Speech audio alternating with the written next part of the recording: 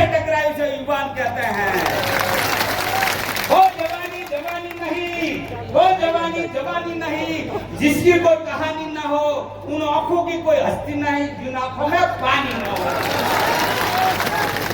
समाज માટે પાણી બતાવવા માટેનો આજનો સંકલ્પ કરવાનો પ્રસંગ છે।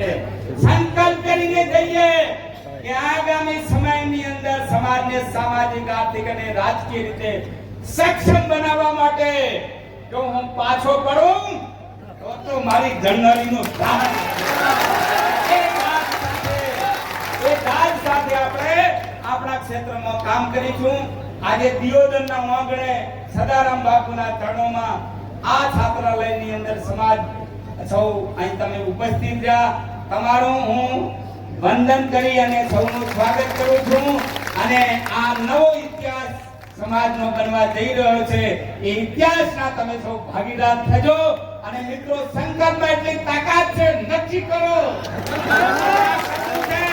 તો સંકલ્પમાં એટલી તાકાત છે કે મહાત્મા ગાંધીએ સંકલ્પ કર્યો હતો કે કાગડો કે કૂતરાના મોતે મરીશ પણ આ દેશને આઝાદ કરીને જ રહીશ। તો જે અંગ્રેજોનો સુરત નતો આથમતો એ અંગ્રેજોને ઊભી ભૂસડીએ ભાગવું પડ્યું। સંકલ્પ કરો કે આ સમાજના જે કોઈ સમાજને પાછા પાડનારા જે કોઈ તત્વો છે એ તત્વોને આપણે દૂર કરી અને આ સમાજ આગામી સમયની અંદર બધી જ રીતે આગળ આવે એવા તન મન અને ધનથી પ્રયત્ન કરીશું। આજે મારે કહેવું છે, હું ત્યાં ઉભો તો 2 કલાક, મને ઘણાએ કીધું કે સાહેબ, અલ્પેશભાઈને મારે કહેવું છે, ઘણાએ મને કીધું કે સાહેબ માવઠાની આગાહી છે તોય અમે શું કહે છે મગફળી ભેળા કરતા કરતા આજે રજા રાખી છે અમારી। અને ભાઈ મુકેશભાઈની અને એમની ટીમની વ્યવસ્થા ઓછી પડી છે, એના માટે હું માફી માંગુ છું સમાજની। ક્યાંય વ્યવસ્થા અહીં ઘણાએ તડકે ઉભા રહેવું પડ્યું છે, પણ અમે બધા જ ખાતરી આપીએ છીએ તમારું આ તપ એ આગામી સમયમાં હેળે નથી જવાનું। એ સદારામ બાપુની આ ધરતી પરથી હું સદારામ બાપુનો 40 વર્ષથી ભગત છું અને સદારામ બાપુને દિલમાં રાખીને જજો।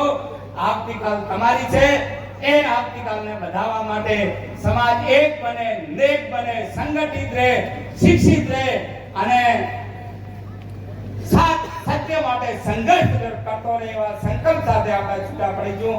આપ સૌનું દિલથી સ્વાગત કરી અને સમાજને વંદન કરી, સમાજને નમન કરી મારી વાત પૂરી કરું છું। ભારત માતા કી જય।